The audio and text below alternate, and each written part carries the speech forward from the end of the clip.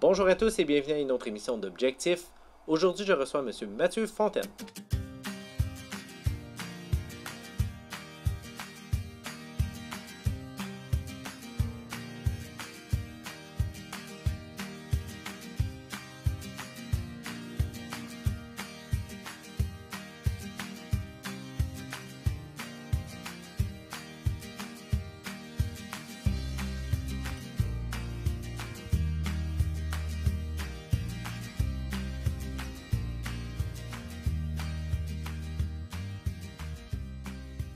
Bonjour Mathieu. Bonjour. Ça va bien? Très bien lui-même. Ben oui, ça va bien. OMH, mieux connu sur Office municipal d'habitation. Oui, mon cher. Directeur là depuis... 2 ans, presque 2 ans. Déjà? Oui. Ça va vite, hein? Très vite. Bon, ben merci de venir nous présenter cet organisme à but non lucratif. Exact. C'est né comment et de quel besoin? En fait, l'Office municipal d'habitation a changé de nom là 2 ans. OK. Est devenu l'Office d'habitation des Appalaches parce qu'il y a eu un grand processus de fusion pour toute la MRC. OK. Avant, il y avait des petits HLM ou des petits offices qui géraient des petits HLM dans les municipalités. Fait que ça, c'est dernièrement. Fait que notre nouveau nom, c'est vraiment l'Office d'habitation des Appalaches. Puis ça a débuté, je vous dirais, l'organisme a environ 50 ans, 51 ou 52, je ne suis plus totalement sûr sur ça précisément, mais on a une bonne cinquantaine d'années bien tapant. Et dans le fond, c'est né, je vous dirais, dans les années 70 environ, d'un besoin qui était au Québec d'avoir des logements sociaux accessibles et sécuritaires pour une clientèle qui était plus démunie.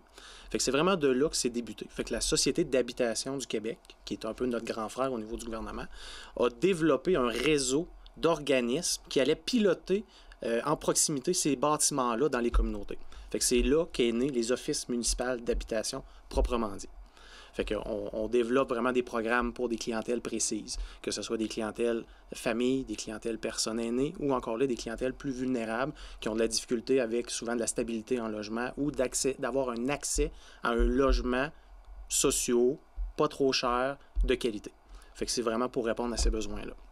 Donc, pour finalement offrir ça, mais là, il doit y avoir une espèce de différence entre l'offre et la demande. Là, ça doit être difficile à gérer des fois ces éléments-là, dans le sens où il doit y avoir des fois peut-être plus de demandes que d'offres, ou si vous avez trop de logements vides, ça doit pas être mieux non plus. Ça doit être de jongler avec ça. Exactement. Dans le fond, présentement, dans notre parc, dans le passé, je dirais un peu avant la fusion. Ce qu'il faut comprendre, c'est qu'à Thetford, il y a eu beaucoup de développement immobilier qui s'est fait dans les dernières années.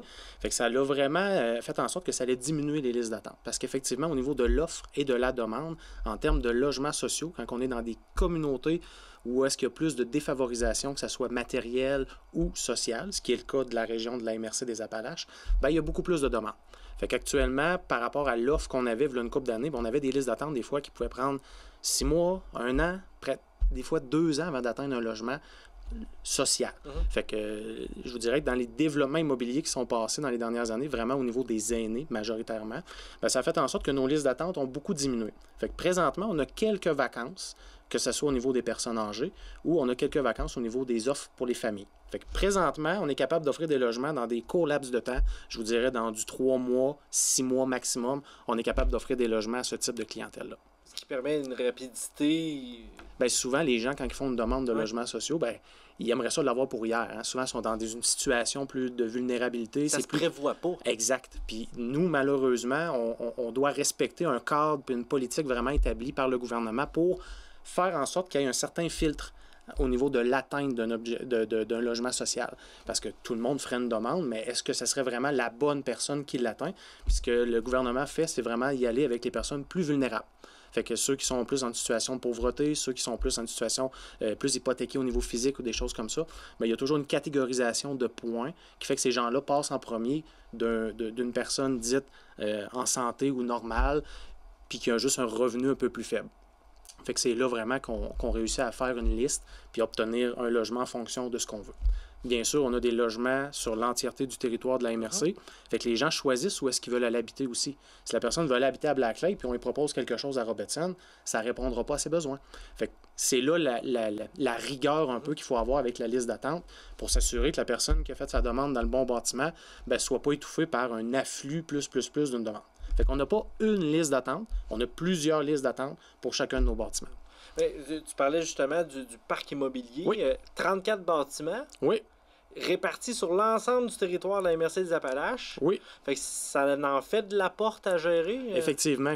Dans le fond, comme je disais, on a eu une fusion. Avant, on était vraiment l'Office municipal d'habitation de Thetford. À Thetford, je vous dirais une vingtaine de bâtiments.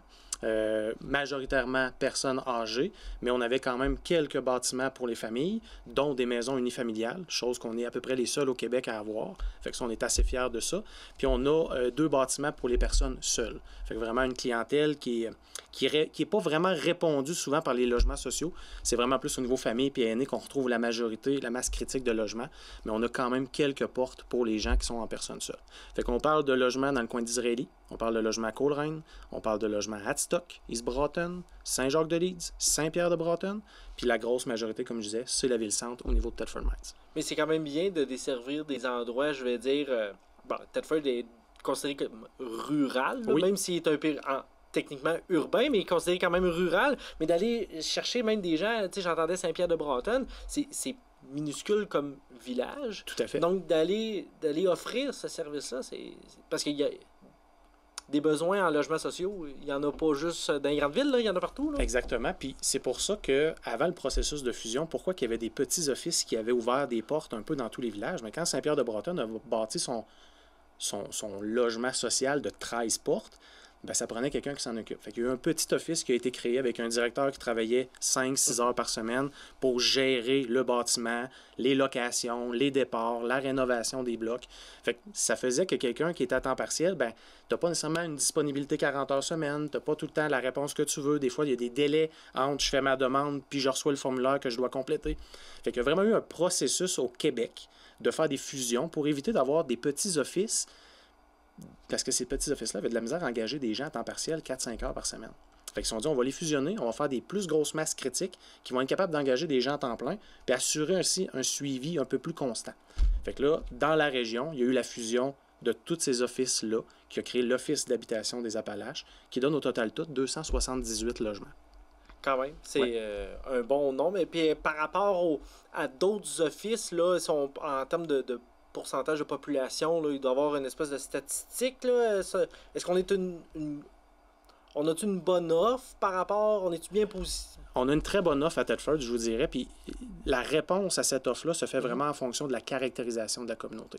Quand je parlais tantôt d'arriver avec une clientèle qui est un peu plus vulnérable matériellement, socialement, bien, c'est sûr qu'ils vont avoir des offres de logement qui vont être un peu plus installées à ces moments-là. Fait que oui, il y a la masse critique de la population de la ville qui fait qu'à un moment donné, tu installes des logements sociaux parce que tu sais que tu as une masse critique pour les habiter. Mais quand tu arrives dans des coins où est-ce qu'il y a un peu moins de population, ce qui peut être le cas de la MRC des Appalaches, il faut que tu t'assures que ça réponde vraiment à un besoin pour bâtir des logements. Il y avait le GRT qui était ici anciennement, avant de fusionner avec celui-là de Lévis. Il y avait un GRT qui était à Thetford. Fait qu'ils travaillaient vraiment pour la Beauce et la région de Thetford pour développer des logements. Puis ils ont vraiment bien travaillé durant plusieurs années à développer une belle offre, que ce soit en HLM, en accès-logis, en OBNL d'habitation, parce qu'il y a plusieurs formes de logements sociaux qu'on peut avoir, puis il y a même des coopératives. Fait qu'ils ont vraiment développé plein d'offres différentes pour répondre à des besoins, ce qui fait qu'on est capable d'avoir une belle offre dans plusieurs municipalités de la région. Et tu parlais du GRT, le groupe Ressources Techniques. Là, exact. Pour le nommer. Il travaillait en parallèle avec l'Office d'habitation? En fait, il travaille en parallèle avec n'importe quel acteur qui veut bâtir du logement social. OK. Fait que ça peut être un regroupement de personnes qui veulent développer une coopérative. Fait que c'est une masse de gens qui habitent le bâtiment, qui prennent les décisions pour leur bâtiment. Il y a des OBNL. Des OBNL, c'est vraiment des organismes à but non lucratif, où est-ce qu'il y a un conseil d'administration qui gère le bâtiment. Donc, ce n'est pas les locataires, c'est vraiment le conseil d'administration qui gère le bâtiment. Puis après ça, tu as l'aspect plus logement social attitré à un office qui est soit un HLM, soit un accès-logis, où est-ce que là, le bâtiment est bâti, mais que c'est la gestion est faite par l'Office d'habitation.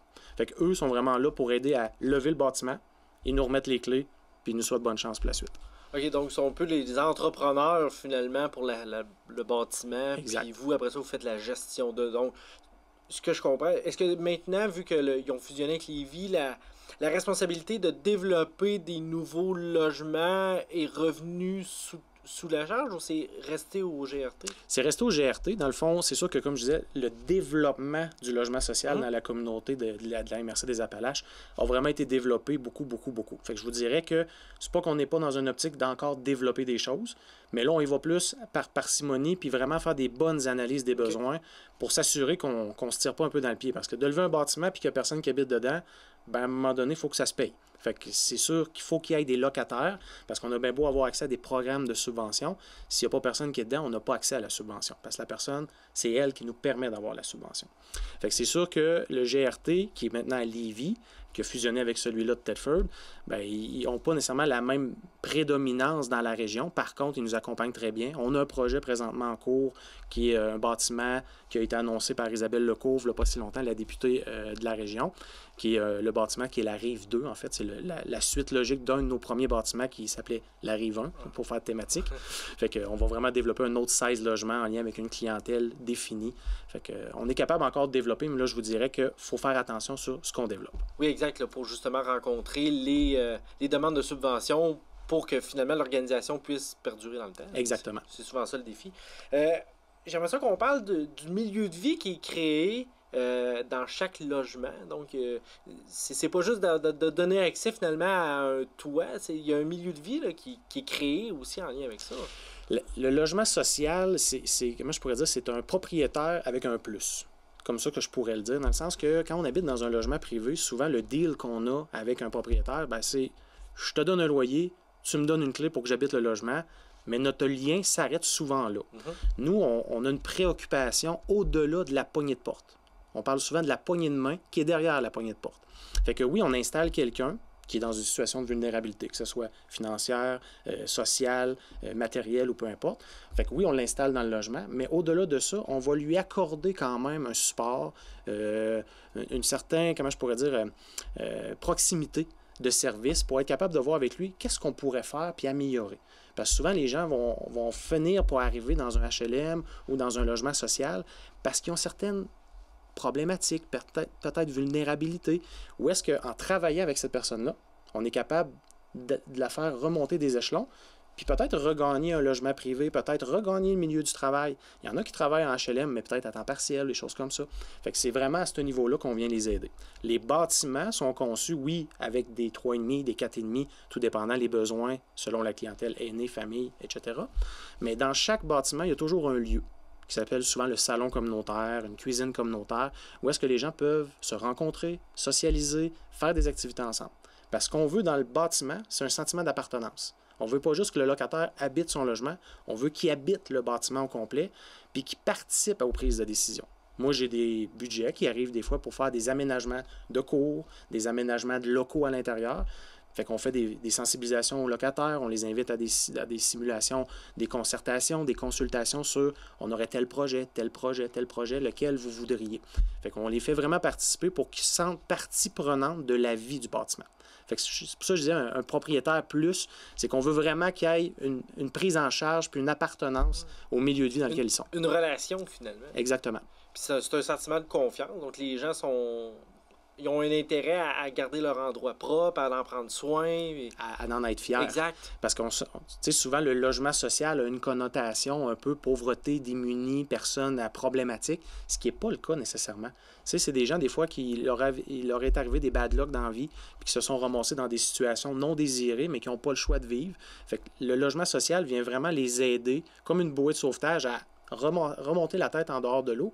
Puis des fois, ça leur permet même d'avoir le temps de regagner certains acquis, développer certaines autonomies, pour après ça, regagner le milieu du travail, commencer à faire du bénévolat, être un citoyen plus actif.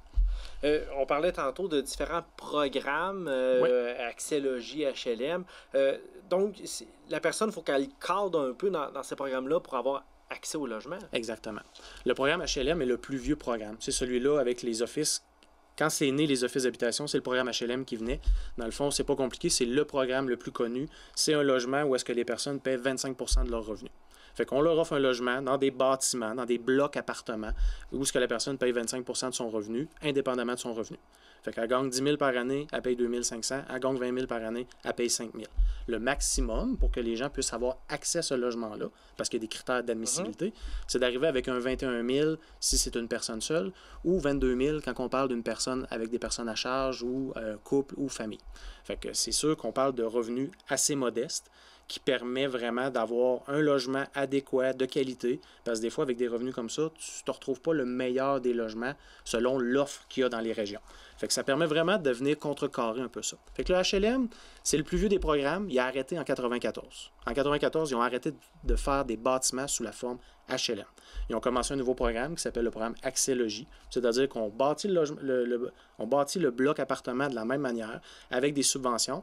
Par contre, il se doit de s'autofinancer tout seul par la suite. Comme un propriétaire privé qui achète un bloc, puis que les logements se payent pour qu'il fasse ses paiements hypothécaires. Okay. Comparativement à HLM, qui était au déficit, que c'était vraiment la municipalité et le Québec qui payaient la partie qui manquait.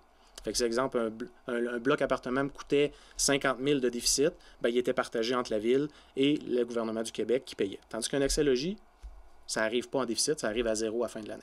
Okay. Fait que ça nous permet vraiment d'avancer là-dedans.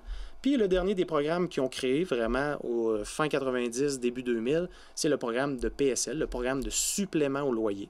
Ça, dans le fond, ça permet à n'importe qui d'habiter dans n'importe quel logement, c'est-à-dire Accès Logis, Coop, OBNL, HLM ou encore un logement privé, puis d'avoir accès à la même subvention que quelqu'un qui habite dans ce type de logement social. Fait qu'il paye 25 %, mais il peut habiter dans un logement privé d'un propriétaire. Fait que nous, l'Office, on cherche des propriétaires privés pour faire des ententes, des contrats avec eux, pour offrir leur parc de logement à des gens qui auraient accès à des PSL. Fait que c'est vraiment une nouvelle mode qui arrive. Fait que présentement, on a 277 HLM, on a 61 Accès Logis en termes de logement, puis on a 168 PSL qu'on gère. Fait en tout et partout, on a à peu près 500 logements qu'on gère avec des locataires actuellement. Puis si on fait une moyenne, ça verra peut-être un 2000-2500 personnes là, facile. Là, c'est avec les familles, c'est les personnes seules. Si on fait une moyenne, là, c'est quand même beaucoup de gens là, oui. qui ont accès à ça. Effectivement. Fait qu'on parle vraiment... On le disait tantôt, la caractérisation des communautés, le fait qu'on est dans une communauté qui a un peu plus de difficultés que d'autres communautés de la région de Chaudière-Appalaches, bien, ça fait en sorte que justement, il y a une offre.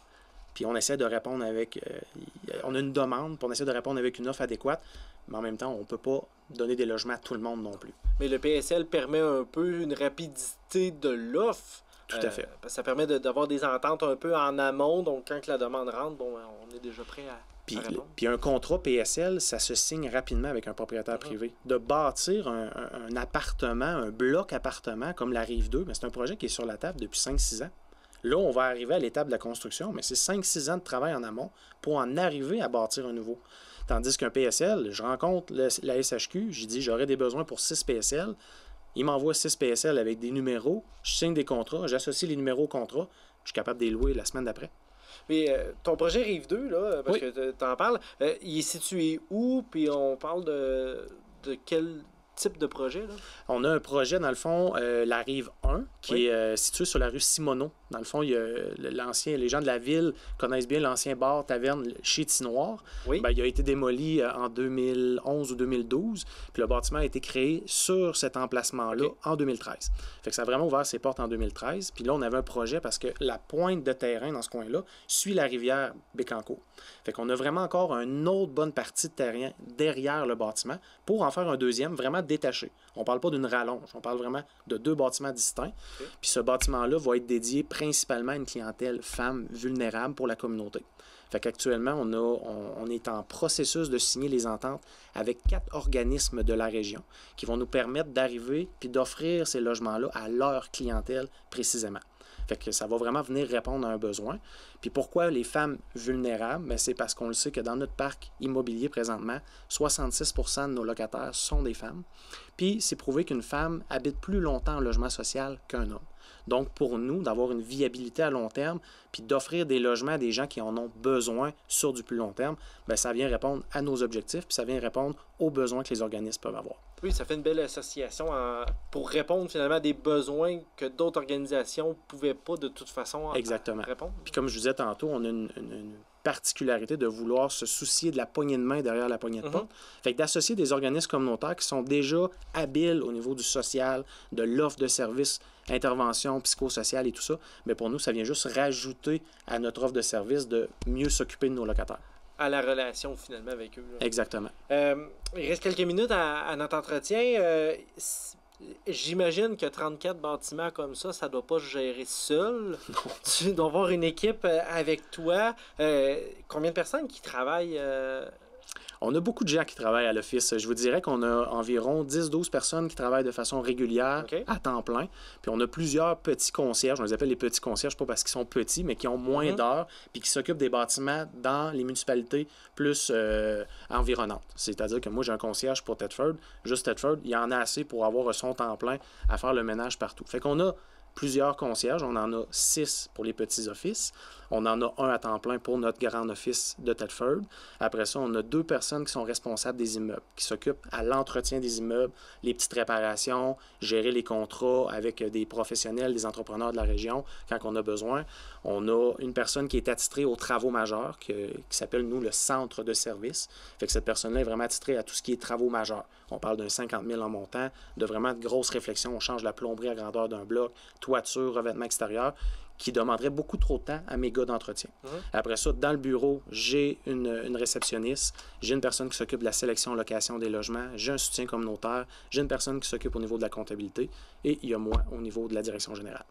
Quand même, une équipe assez complète là, pour répondre à tout ça. Parce que le téléphone doit sonner quand même assez souvent. Régulièrement, puis je vous dirais que là, on est dans les renouvellements de baux en plus. Fait que je vous dirais que présentement, c'est pas notre saison morte, comme on pourrait dire. C'est au contraire, il y a beaucoup de téléphones, beaucoup de papiers qui s'impriment, puis d'échanges avec nos locataires pour s'assurer que tout aille bien cet été.